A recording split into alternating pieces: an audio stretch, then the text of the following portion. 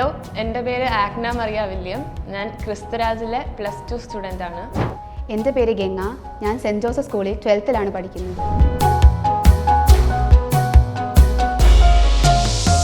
10th വരെ പഠിച്ചതുപോലെ അല്ലായിരുന്നു. +1 വന്നപ്പോൾ പല സിലബസിലുള്ള പിള്ളേരുടെ കൂടെയാണല്ലോ പഠിക്കുന്നത്. അപ്പം ആദ്യമൊക്കെ നമുക്ക് അതിൻ്റേതായിട്ടൊരു ടെൻഷനും ഒരു ബുദ്ധിമുട്ടും ഒക്കെ ഉണ്ടായിരുന്നു. +1 സ്റ്റാർട്ട് ചെയ്തപ്പോൾ ഫുൾ മാർക്ക് കിട്ടുമെന്നോ അങ്ങനെയൊന്നും എൻ്റെ പ്ലാനില്ലായിരുന്നു.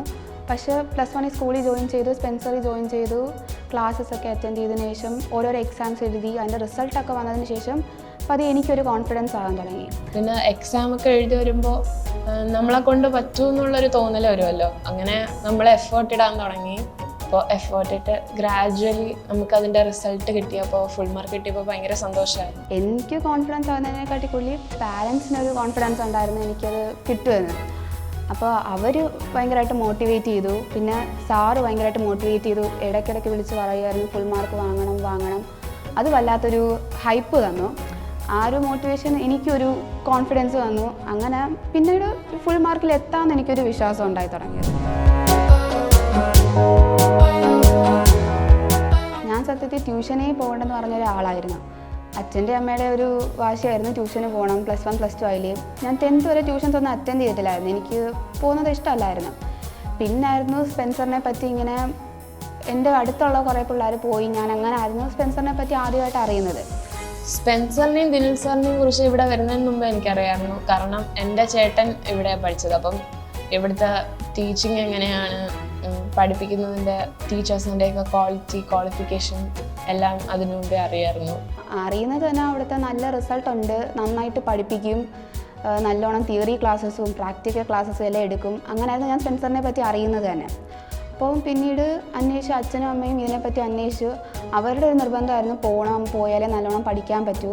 പക്ഷെ അവരുടെ ആ ഒരു തീരുമാനത്തിൽ ഇപ്പോൾ എനിക്ക് ഭയങ്കര സന്തോഷമുണ്ട്. ഇവിടെ വന്നതിന് ശേഷം ഇവിടുത്തെ ക്ലാസ്സസും ഒക്കെ തന്നെയാണ് ഞാൻ ഈ ഒരു മാർക്ക് വാങ്ങാനായിട്ടൊരു ഏറ്റവും നല്ല കാരണമാണ്. എൻ്റെ മാർക്കിൻ്റെ പിന്നിലൊരു റീസൺ എന്ന് പറയുന്നത് മെയിനായിട്ടും പറയാനുള്ളത് സ്പെൻസറിലെ ക്ലാസ്സസ് തന്നെയാണ്.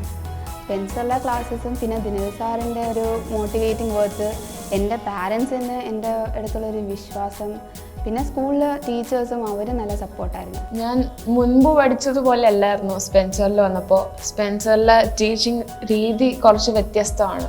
കാര്യങ്ങളുടെ ലിറ്ററൽ മീനിങ് പറഞ്ഞ് കാണാതെ പഠിപ്പിക്കുന്ന രീതിയല്ല.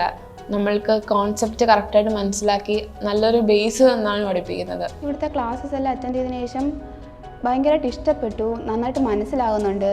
മെയിനായിട്ട് ഇവിടെ തിയറി ക്ലാസ് എല്ലാം നന്നായിട്ട് തന്നെ കറക്റ്റായിട്ട് പോകുന്നുണ്ടായിരുന്നു. ചാപ്റ്റേഴ്സ് എല്ലാം കംപ്ലീറ്റ് ചെയ്യുന്നുണ്ടായിരുന്നു.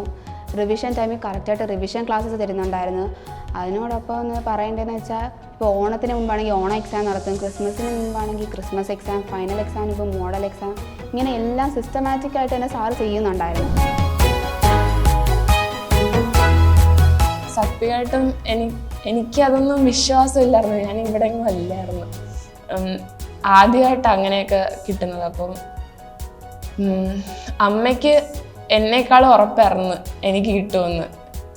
അമ്മ എക്സാം എഴുതുന്നതിന് മുമ്പേയൊക്കെ പറയുമായിരുന്നു കിട്ടുമെന്ന്. അത് ഞാനിടുന്ന എഫേർട്ട് കണ്ടിട്ടാണ് ഒരുപാട് ഉറക്കൊഴിഞ്ഞൊക്കെ പഠിക്കുമായിരുന്നു. എനിക്ക് മാർക്ക് കിട്ടിയൊരു മൊമെൻ്റ് എന്ന് പറയുന്നത് ഞാൻ ഭയങ്കര ടെൻസ്ഡായി, അതേ ടൈമിൽ ഭയങ്കര ഹാപ്പിയായി ഒരു മൊമെൻ്റായിരുന്നു. സോ ഉച്ചയ്ക്കൊരു ലഞ്ച് ബ്രേക്ക് ടൈമിന് ആ ഒരു സമയത്തായിരുന്നു സ്കൂളിൽ അപ്പോഴാണ് അറിയുന്നത് ഇമ്പ്രൂവ്മെൻറ്റിൻ്റെ മാർക്ക് വന്നു, റിസൾട്ട് വന്നു എന്നൊക്കെ പറയുന്നത്.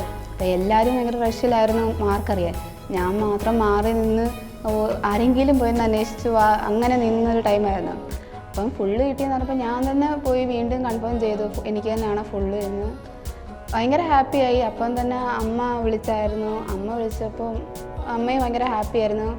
അതൊക്കെ കണ്ടപ്പോൾ ഞാനും ഭയങ്കര ഹാപ്പിയായി. ടീച്ചേഴ്സൊക്കെ നല്ല പോസിറ്റീവ് റെസ്പോൺസ് ആയിരുന്നു. അവരൊക്കെ ഇനി അടുത്ത എക്സാമിന് വേണ്ടി അവർ വീണ്ടും ഫുള്ള് വാങ്ങണമെന്നൊക്കെ പറഞ്ഞു. നല്ല ഹാപ്പി മൊമെൻ്റ് ആയിരുന്നു.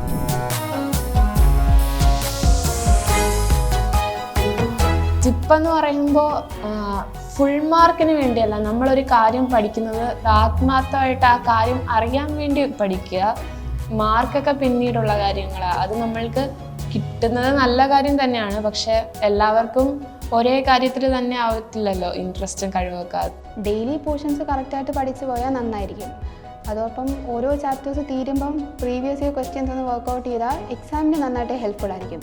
പിന്നെ സ്പെൻസർ എല്ലാ ക്ലാസ്സസും നോട്ട്സും ഫോളോ ചെയ്താൽ തന്നെ നമുക്ക് എക്സാം നന്നായിട്ട് എഴുതാൻ പറ്റും.